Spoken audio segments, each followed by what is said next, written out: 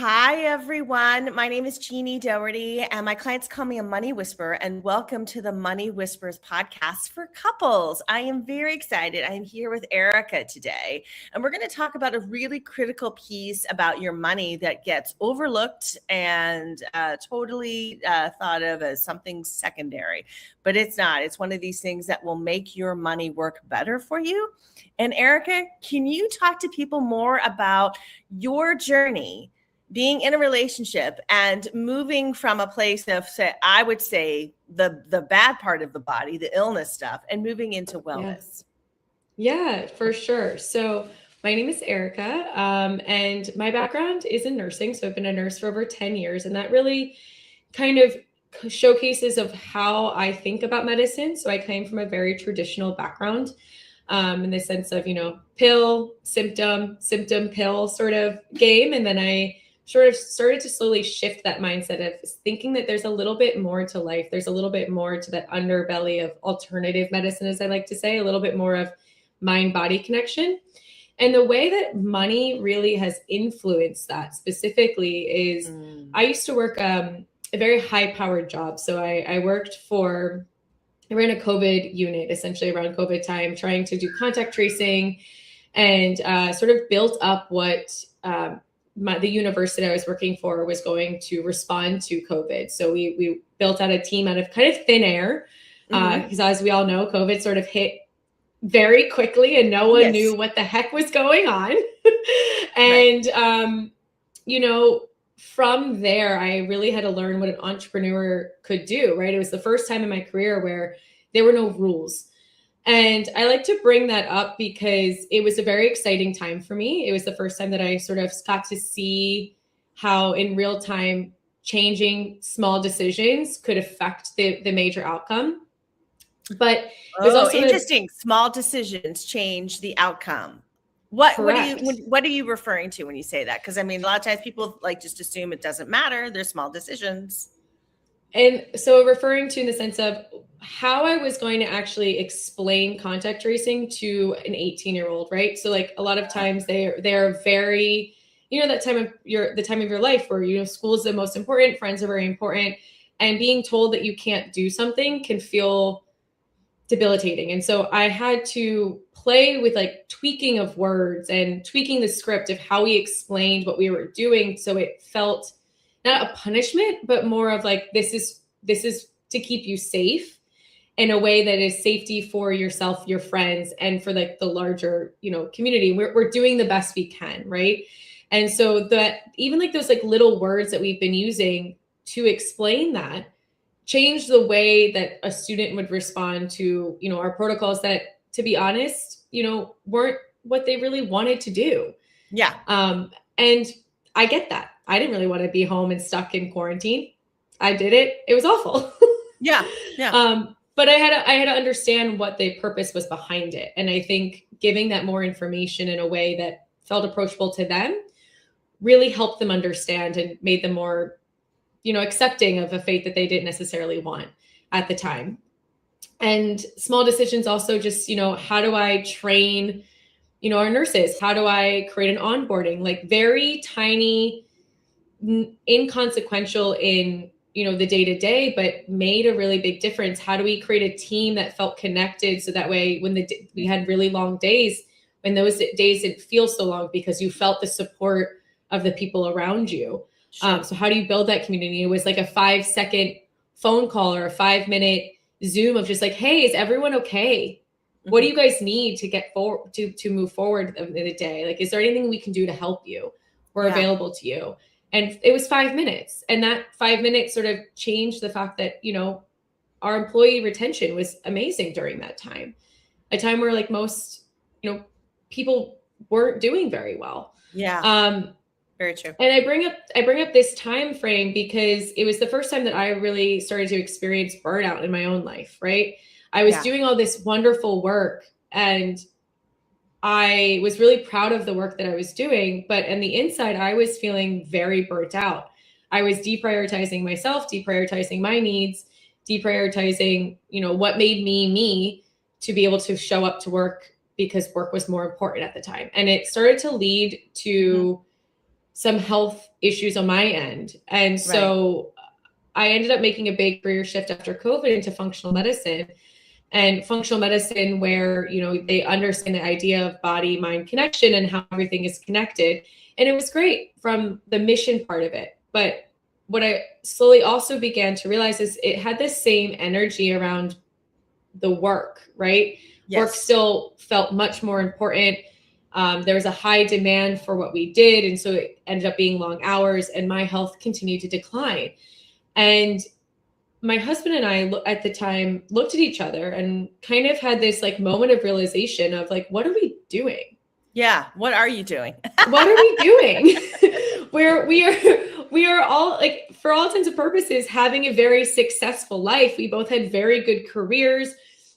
We had a beautiful apartment that we rented. Like, we, for all intents and purposes, looked incredible. We had great friends, but we both realized that our health wasn't really being, you know, forefront of our decision making. It was being deprioritized, and we were chasing this grand external success.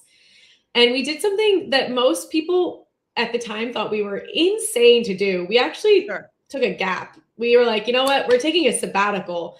We need to get these things straight. Where'd you go for the sabbatical?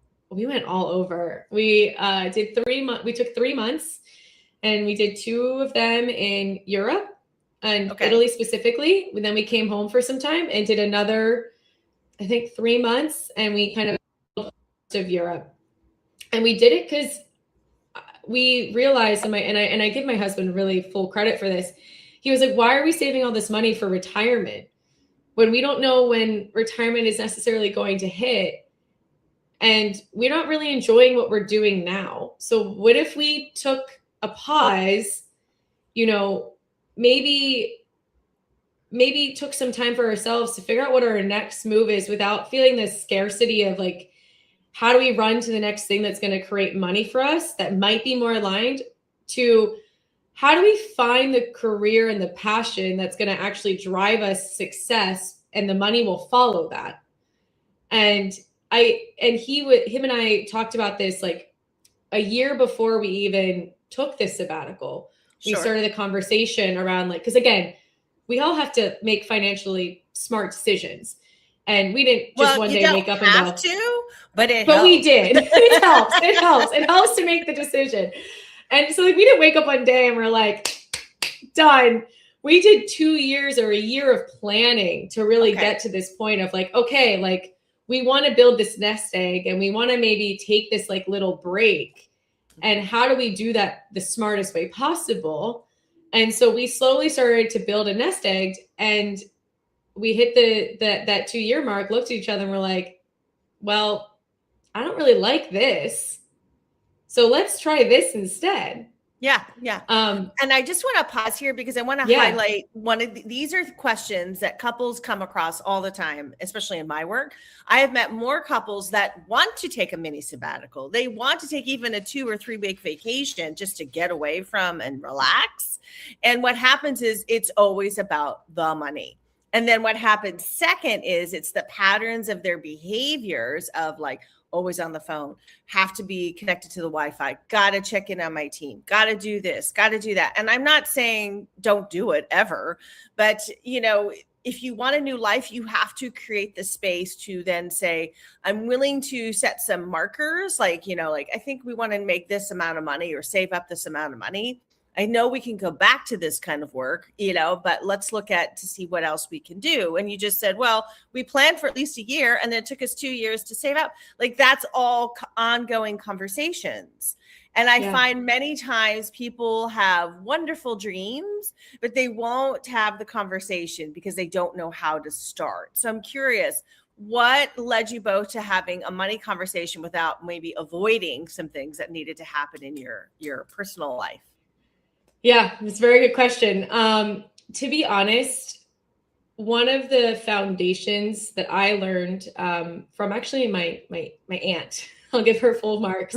She said to me, she was like, hey, if you go into a relationship, talk about everything. There's nothing off limits, because once you start to have things that are off limits, you're going to start to have many disconnections, right? You're going to have to start many frays in your relationship. And so we talked a lot. We talked about everything. And to be honest, this dream of a sabbatical wasn't mine to begin with. My husband was like, hey, I had this dream of taking mini breaks. I read this book where, like, you know, taking small sabbaticals can be really helpful to, you know, streamline your career because it makes you more focused. It gives you time to breathe. It gives you time for your brain to think. And I know you know this, but like when we give ourselves space away from the go out of those weeds, we actually make the best decisions from there. It's in the weed decisions that are sometimes the worst decisions for us because we're coming from a space of like anxiety and scarcity versus this, oh, we can breathe. Like now, what is the most aligned next thing that I should do? What is actually going to move the needle forward? And I can take time to see the patterns and go from there versus this, like, I feel uncomfortable and I just need to move forward. Yeah. And so that was basic rule number one for us. And so what we started with is he started this dream of like, hey, Erica, I have this idea that we could do this like sabbatical. How do you feel about it? And the first thing I said was like, you've got to be crazy. Right. Well, I was the first one to say, like, I was like, you're crazy. I don't know what you're talking about. Yeah. And he's like, no, I think we can. And slowly we started to monitor, you know, how much we spent a month. Like just generally like, okay, on average over the last 6 months, this was our credit card bill. Okay, cool. So that means that we need this amount of money as a nest egg. If our spending habits don't change, this amount of money to then use as a burn rate when we go abroad or when we take a sabbatical. Because we know this is on average, even like on our high months, like on average of how much we spend. And then we started looking up, you know, comparing. So we casually started to look at, you know, prices in Europe, prices to rent in Europe, we talked to friends about how they've subletted apartments and talked to them about that process. And so we just started to have these like non-pressurized, just mini conversations of like, oh, like, I wonder what that could look like. And my husband drove a lot of it. He was like, hey, I looked this up. Hey, I noticed this. And then it made me also become more curious of like, okay, I guess this kind of could be a reality. And then I have to interrupt here and just ask this question, but do you think because of the nastiness and I mean, I made it through the pandemic too. I was there. I've been to hospitals. It was nuts. And so tragic all at the same time. But do you think because of that heavy duty, to use, you know, more of a woo term, but the contrast of that heavy duty, people are dying. Life is, you know, as we know it, is completely shifting in ways that we don't know what we're going to do next. That your husband going like, I think it's time we go plan a trip. We need to live a different lifestyle, not just like, you know, let's go move across the country as many people did. But he's like, no, let's really not even being digital nomads. Let's just, you know, enjoy a longer vacation, but call it a sabbatical and do this. And do you think it was such a critical conversation because you were surrounded by so much death and fear that this was like a welcome respite of let's do this. Let's talk about what we could do instead of what is happening. Yeah. And I do think it was a lot of that. I think it was a lot of seeing the world of like, oh my gosh, like a day is never promised in this life. And so it could be wonderful to make it to, you know, retirement and then travel. Sure. But why do we need to wait all the time? And I think that was the biggest thing that, kind of even propelled me forward is like, oh, like, why am I waiting for something when I could do it now and I could do it strategically and I could do it with a plan in mind? Like I had a plan going into our sabbatical. Like I had a dream of becoming a health coach before we went to a sabbatical. I just used the sabbatical to build the start of my business. It was intentional. I used it as time to think through like how I wanted my business to run and how I actually wanted and who I wanted to help. So I did all that big brain thinking when it comes to starting your own business then. Sure. Like that was what my purpose was to absorb some of that information and do it then. But yeah, I think it was because if we think about the world, right? Yeah. Yes, nothing is promised. So when you look at, to me, when I started to look at money and I started to look at what money meant, money could look like you could buy a bunch of things. And like to some people, that's important and that's okay. But to us, money meant the freedom of opportunity to experience other cultures, to experience other ways of living, because I know that I learned so much more from that than from reading a book. I learned so much more from experience than buying new clothes. And so we looked at it as like, okay, well, where can we get the most sort of bang for our buck? And that is travel. And it was, we see all of this world that is, in this dire need of like, we can't go anywhere. We're not allowed to do anything. So like, let's start dreaming. Like, what if the world opened up? What's the one thing that we would do? How would we take advantage of this new reality? Because we can't control it now, but maybe there's a time when we get that opportunity to, and what do we want to do about it? And I think that's what most people sort of get stuck in, the like, okay, well, this is just reality. This is life. And like, it's never going to get any better. Sure.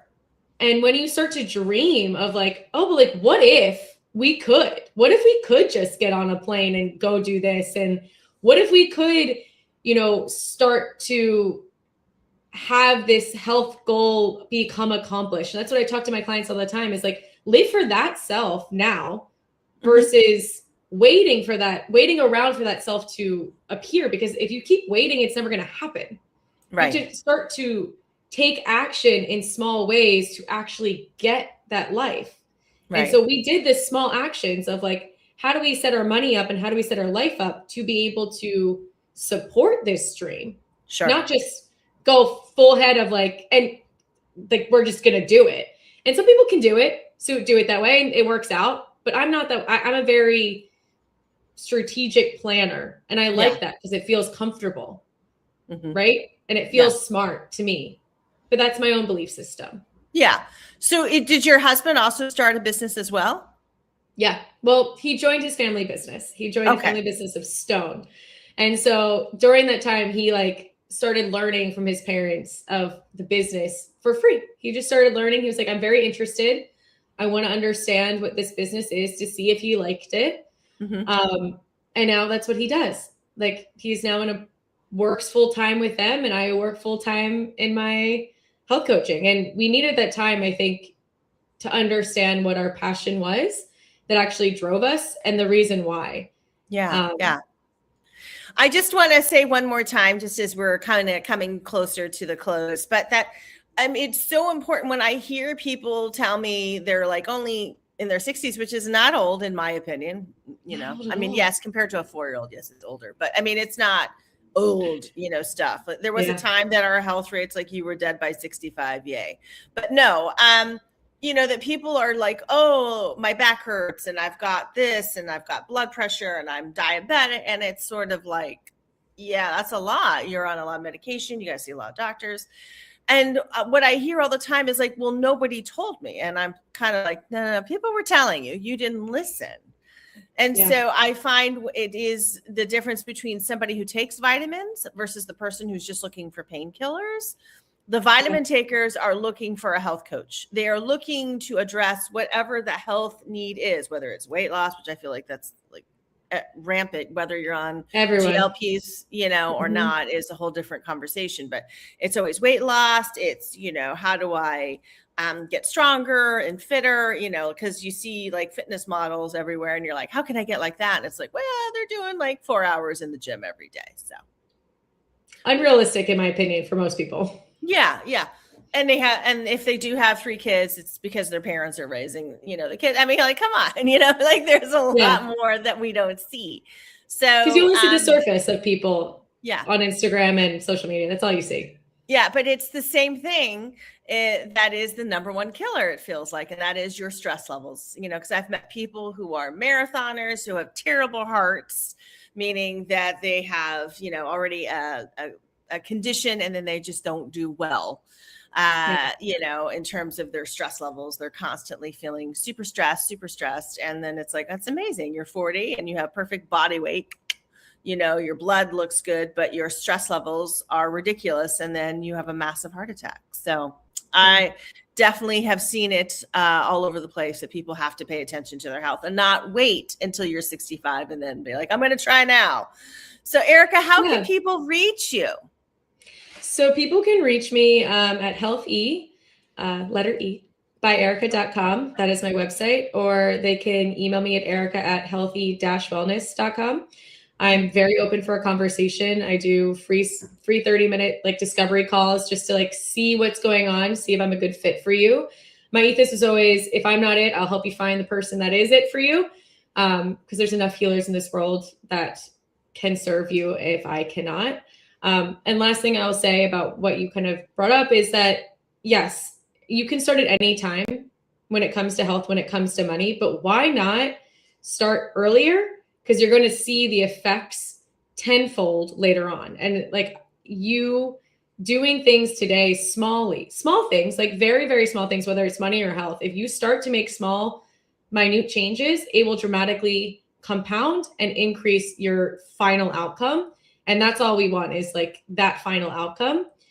And the other last thing I'll say is like, you can only control you and the way that you feel. And so when it comes to like stress levels, like that's the way you're seeing the world, and you can change that. You just have to want to change it. Yeah. Yeah. I love that, Erica. And I love that people are going to be like, oh, you're right. I probably do need to reach out to Erica. I can get 30 minutes for free and maybe get somewhere with my life instead of like, I really need to lose weight, or my doctors are telling me I'm super stressed, or they put me on another medication that now has side effects because of, Yeah. And oh boy, that's a lot. So Erica, thank you so much for being here today. And too bad your husband wasn't here, but I know he was in the family business, so that's okay. But I so appreciate you being here, and I can't wait to see what's next for you.